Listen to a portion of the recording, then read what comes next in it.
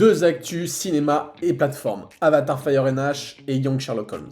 Sam Worthington annonce que Fire and Ash sera le film le plus intense pour Jake Sully. Après les drames du deuxième opus, Jake est brisé, dépassé et doit affronter ses erreurs, mais aussi accepter que ses enfants refusent son mode de vie guerrier. James Cameron construit le film comme une plongée dans l'esprit de Jake, une guerre extérieure qui reflète sa guerre intérieure. Comme on l'a vu maintenant plein de fois, on y découvre aussi le mystérieux Peuple des Cendres, un clan d'avis beaucoup plus sombre qui pourrait bouleverser tout l'équilibre de Pandora. Et surtout, ce film marque la fin de l'arc de Jake Sully, un chapitre ouvert en 2009. Pandora n'a jamais été aussi proche d'un choc émotionnel et d'une guerre totale.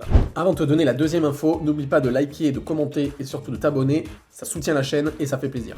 Guy Ritchie revient avec Young Sherlock Holmes et explique pourquoi ce film pourrait enfin offrir une conclusion à la saga de Robert Downey Jr. Le troisième opus n'a jamais vu le jour. Retard, changement de studio, agenda impossible. Résultat, la trilogie Sherlock est restée inachevée au grand regret du réalisateur. Avec Young Sherlock Holmes, Ritchie veut revenir aux origines du mythe et boucler un cycle qu'il n'a jamais pu conclure. Ce n'est pas un remplacement, mais une forme de fermeture symbolique, comme une catharsis. Par contre, vous l'aurez compris, il n'y aurait pas de Robert Downey Jr. normalement, mais apparemment le réalisateur n'exclut pas un retour de Downey un jour, si l'histoire en vaut la peine selon lui. Mais bon, c'est très peu probable. Bref, Sherlock renaît et Ritchie tourne enfin la page.